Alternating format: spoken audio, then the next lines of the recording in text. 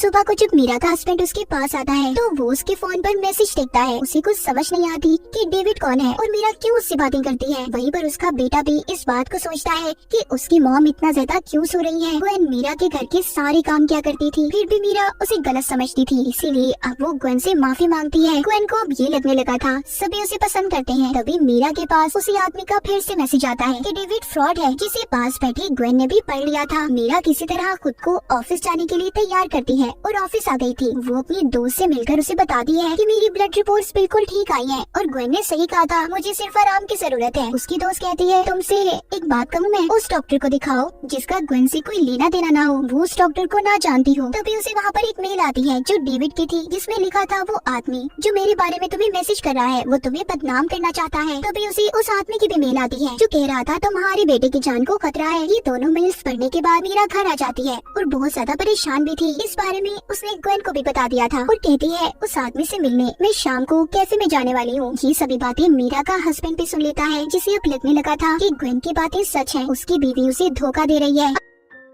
अगली सुबह मीरा उस आदमी से मिलने एक कैफे में जाती है जो असल में डेविड था। वो बताता है मेरा नाम डेविड है और मेरी कभी भी तुमसे कोई बात नहीं हुई। वो ये भी कहता है कि मेरी बीवी को ब्लड कैंसर था। उसे एक दिन एक आदमी की कॉल आई जो उससे बातें किया करता था। उसने उसे डॉक्टर के पास जाने से मना किया, जिस वजह से मेरी बीवी उसकी सारी बातें मानने लगी और इसी वजह से उसकी मौत हो गई। वो उसे उस आदमी की तस्वीर भी दिखाता है। तभी मीरा को पता चलता है कि ये तस्वीर तो उसी आदमी की है जो अब तक मीरा से डेविड बनकर बातें कर रहा था। लेकिन अभी भी मीरा को ग्वेन पर कोई शक नहीं हुआ था। तभी बाहर हम उसके हस्बैंड को देखते हैं जो मीरा का पीछा करता यहाँ तक आया था। वो अपनी बीवी को डेविड से गले मिलते हुए भी देखता है, जिससे उसे यकीन हो जाता है कि मीरा सच में उसे धोखा दे रही है। उधर घर में मीरा की दोस्त आई थी जो उसे उसका बैग देने आती है। ग्वेन घर पर उसके बैग को ले लेती है। तभी मीरा की दोस्त ग्वेन से कहती है कि मैं जानती हूँ तुम मीरा के हस्बैंड को पसंद करती हो। मैंने उस दिन तुम्हें शर्ट सूंघते हुए देख लिया था। मीरा की फैमिली से दूर रहो। अगर तुमने उन्हें जरा सा भी नुकसान पहुँचाने की कोशिश की तो मुझसे बुरा कोई नहीं होगा। इतना कहकर वो जब वहाँ से जाने वाली थी तो ग्वेन पीछे से एक बड़े से गुलदान से उस पर हमला कर देती है और बेहोश करके उसे गाड़ी में बिठाकर एक सुनसान जगह पर ले गई थी। उसे मारने के लिए उसने उसे भी ड्रग वाला इंजेक्शन लगा दिया था और फिर वहीं पर छोड़कर जब वो घर आती है तो मीरा को देखती है जो खाना बना रही थी। ग्वेन बातों में उसे लगाकर उस चाकू को चुरा लेती है जिससे मीरा सब्जियां काट रही थी। उस पर उसकी उंगलियों के निशान थे। उसे लेकर अब वो डेविड के घर चली जाती है और यहाँ पर हमें पता चलता है कि ग्वेन पहले डेविड की बीवी की नर्स रह चुकी थी और उसी ने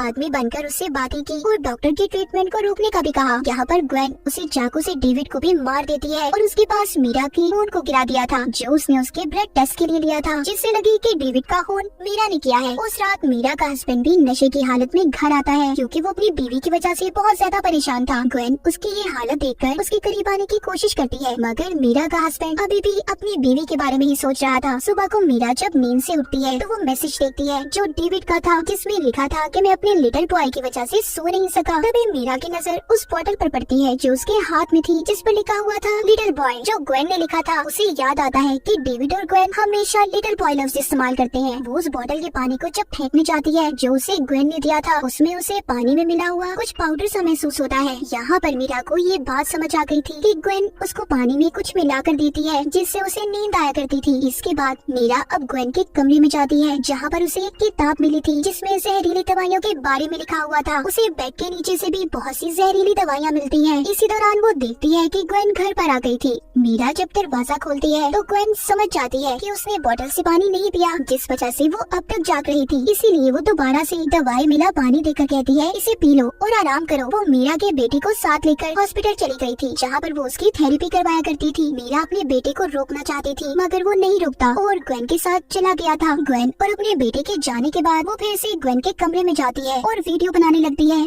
जिसमें वो ग्वेन के सारे कारनामों के बारे में बता रही थी। साथ ही उसने अपने हस्बैंड को भी कॉल करके इस बारे में बता दिया था और ग्वेन की रिपोर्ट करने पुलिस स्टेशन जाने लगती है। लेकिन तभी ग्वेन घर पर आ गई थी। उसे पता चल चुका था कि मीरा को उसके बारे में सब पता चल गया है। वो जब घर आती है तो मीरा का बेटा उसके साथ नहीं था। मीरा उसे अपने बेटे के पास चलने का कहती है। रास्ते में जाते हुए ग्वेन मीरा को बताती है कि तुम जानती हो मैंने इतने साल नर्स का काम किया है, मुझे आज तक कभी भी किसी ने फैमिली मेंबर की तरह नहीं रखा। जैसे तुमने मुझे अपने घर में जगह दी तो तुम फिक्र नहीं करो, मैं तुम्हें मारकर तुम्हारी जगह ले लूंगी और एक अपनी नई फैमिली बनाऊंगी। ग्वेन ऐसा इसलिए कह रही थी क्योंकि वो मीरा के हस्बैंड को पसंद करती थी। दूसरी तरफ मीरा का हस्बैंड भी घर पर आ जाता है। उसे जब मीरा घर पर नहीं मिलती तो उसे उसका फोन मिलता है जिसमें वो उसकी रिकॉर्ड की गई वीडियो देखता है, जिससे उसे भी ग्वेन की असलियत का पता चल गया था। उधर दूसरी साइड पर मीरा को लेकर ग्वेन अपने घर आ गई थी, जहाँ पर वो उसे बताती है, मैंने डॉक्टर तुम्हारी दोस्त और डेविड को मार दिया है, अब तुम्हारी बारी है। ये सुनकर मीरा को अपने बेटे की फिक्र होने लगी थी। वो अपने बेटे को ग्वेन के घर पर ढूंढने लगती है। वो कहती है, तुम्हारा बेटा तो अभी क्लिनिक में है, मैं तो यहाँ पर तुम्हें मारने आई हूँ और मैंने उस चाकू से डेविड को मारा है जिस पर तुम्हारी उंगलियों के निशान है। पुलिस तुम्हें कातिल समझेगी और तुमसे तुम्हारा बेटा और हस्बैंड नफरत करेंगे। तभी मीरा जब यहाँ से भागने लगती है तो ग्वेन ने उसे पकड़ लिया था और उसका गला दबाकर उसे मारने की कोशिश कर रही थी। मीरा किसी तरह से एक बर्तन उठाकर ग्वेन के सर पर देकर मारती है, जिससे वो जख्मी हो गई थी और बेहोश भी हो जाती है। और जिसके बाद मीरा फौरन से